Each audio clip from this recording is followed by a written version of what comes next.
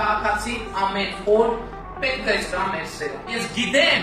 որ մենք, որ դուք սիրում եք Հայաստանի Հանրապետությունը եւ նրա քաղաքացիներին, ցույց տվեք ամեն օր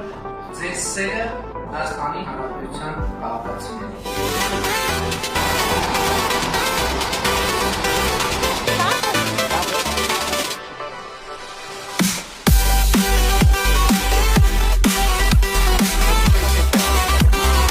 Եվ ես որևէ կասկած չունեմ, որ 2026 թվականի հունիսի 7-ին Հայաստանի Հանրապետության քաղաքացին տեր է կանգնելու խաղաղությանը, Հայաստանի քաղաքացին